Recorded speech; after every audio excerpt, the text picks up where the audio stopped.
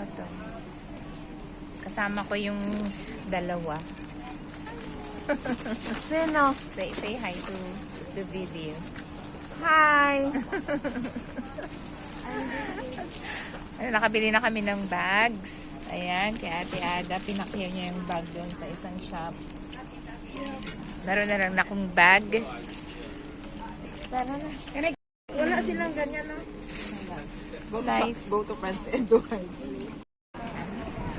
Nasa bus ako. Supposedly, ang original plan ko is to go Central para magsimba. Pero maaga pa naman. Talagang may plan ako mag-room around.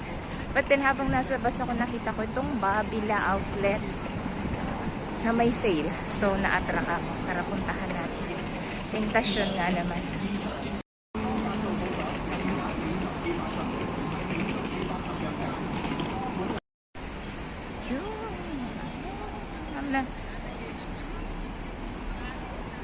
Nakabili ako pa yung 2 peraso.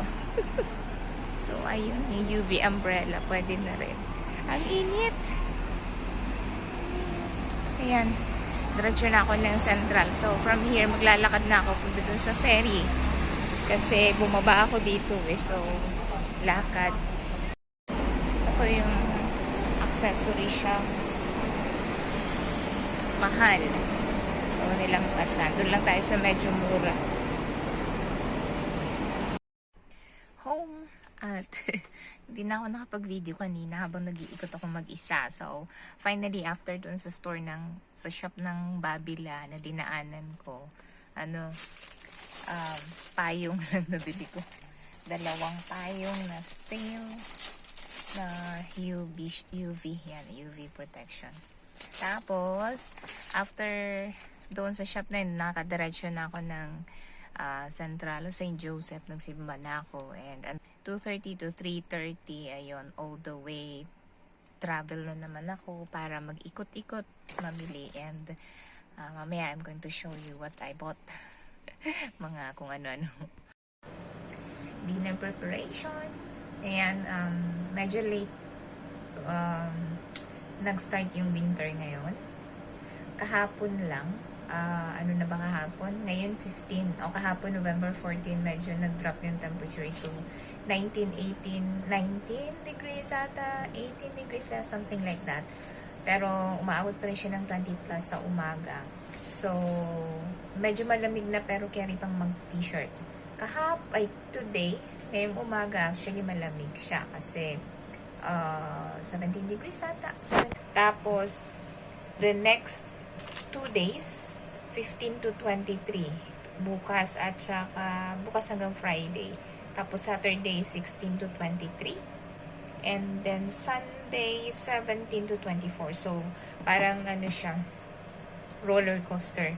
Medyo tumataas pag umaga, tapos mababa pag gabi, medyo malamig. Until umaga, yan, medyo malamig. Kaya, pag nagba-market ako, daming inuubo. Ayan, medyo scary sa labas kasi marami inuubo. Marami talaga magkakasakit sa panahon na ganun.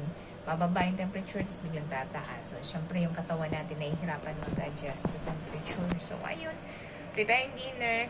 Ang aking amo ay kaalis lang, punta siya sa kanyang gym ngayon kasi it's Wednesday. So, maghihintay ako sa kanilang dalawa until late night. Hindi ko alam, siguro.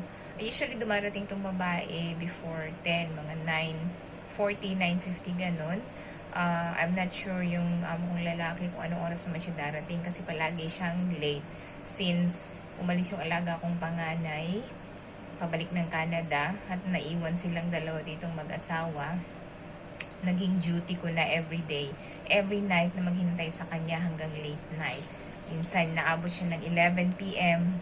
darating and then pagsiserve ko pa yan ng dinner niya. Maliligo pa muna yan, depende directly kakain. So, after niya mag-shower, saka lang siya kakain. And yun, syempre, hintayin ko pa.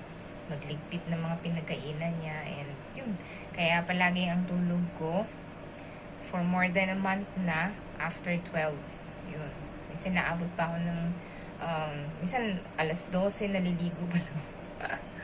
Yun, so ganyan ang life. Ayan, so Mamaya nga pala ipapakita ko pag may time ako. Pakita ko yung ini-impake ko, yung aking luggage, laman ng aking luggage in preparation para sa nalalapit kong pag-uwi. Yan. So, I'll try kung carry pa ng time ko mamaya or habang naghihintay siguro ako sa kanila. So, for now, tapusin ko na muna magluto ng dinner at after that, mag-dinner na rin ako. Then, yun, saka mag-video ulit. So, see you later. Ayan, kita nyo lahat mga nakakalat na yan. Lahat yung laman ng luggage ko. Ayan. Ayan. Actually, in-arrange ko na yan. Tapos, kinilo ko, bawat lagay ko, kinikilo ko. Kaso lang, unfortunately, hindi ko natimbang yung luggage. Kaya, nahihirapan ako, tapos nag-try akong magkilo. Ginamit ko yung kiluhan. Parang naghang tuloy, nabigatan siguro ng sobra. Pero I'm not sure kasi lumalabas na over na ako ng 2 kilograms. Kaya, tinatanggal ko ulit lahat to make sure, titimbangin ko muna yung luggage bago ko ilagay lahat yung laman. Kasi yung laman, natimbang ko na. So, ano ko na siya. More or less tama naman yung kilo nun. Ito na lang luggage ang hindi ko alam. So, ayan, nagkalat. Ang hirap pating mag-pack dito. Tingnan nyo naman, oh. Oh, nakayuko ako nagpapack dyan. Kasi double deck yan. Nandito lang ako sa bed ko. And, so far, kaya ko naman siyang iakyat dito. Kasi merong, ayan, yung headboard ng bed. Sira-sira na. Hala, nasira pala, oh. Oh my God. Hala. Oh my God, hindi ko sinasadya. Hala, nagasgasan. Guys, oh. Ayan, oh. Hala, my God, nagasgasan ko. Hala. Lata ba?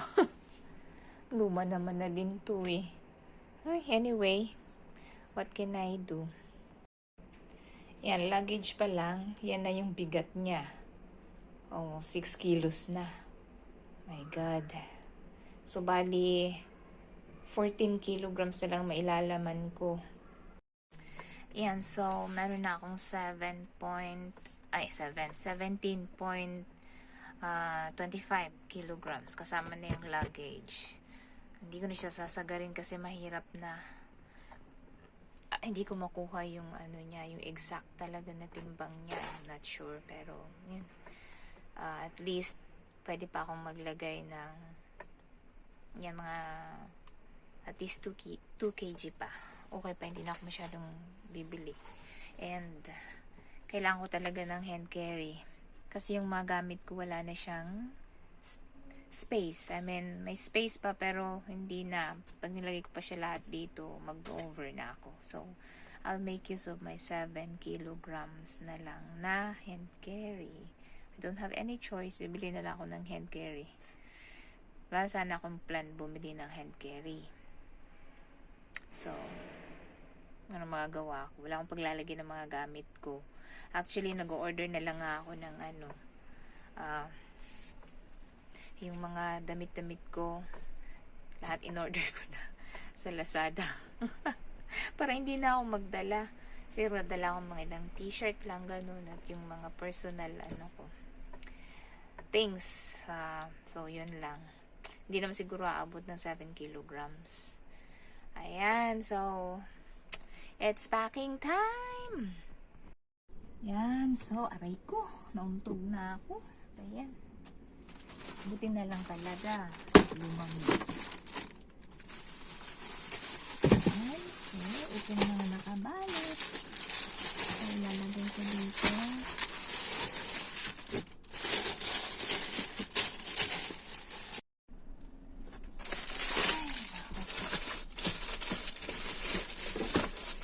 Ayos ko na po eh.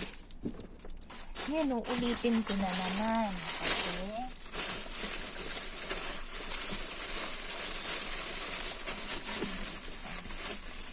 I just hope na wala nang mga pupitero sa airport. sombrero ko si Pera. Wala naman na siguro.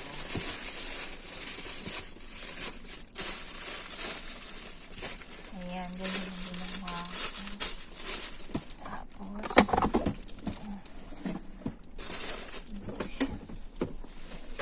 God. Ayos ko na sana ito kasi. Ito naman.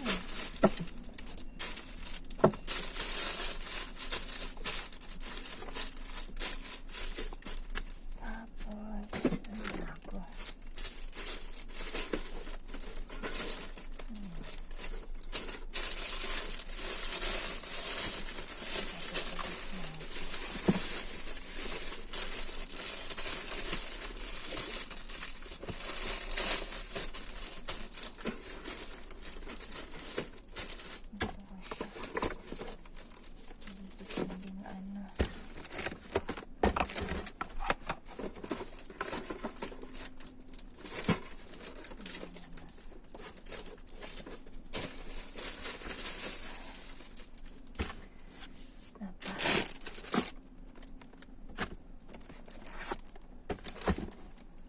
Sakit sa likod, grabe.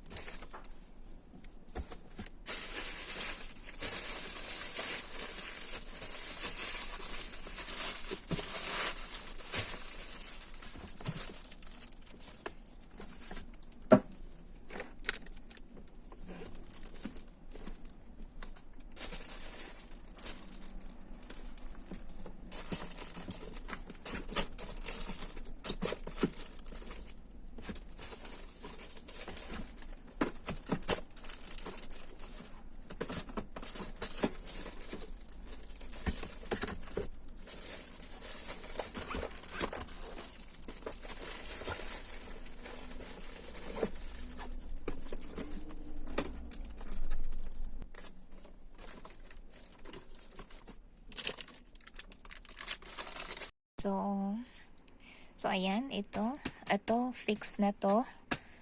Kung ano man yung idadagdag ko, ilalagay ko na lang siya dito. Ito, tatanggalin ko to kasi para yan sa mga gamit ko. So far okay na. Ayan. Hindi na ako bibili ng kung ano-ano pa. Kasi, mahirap bayad ng extra sa airport, mahal.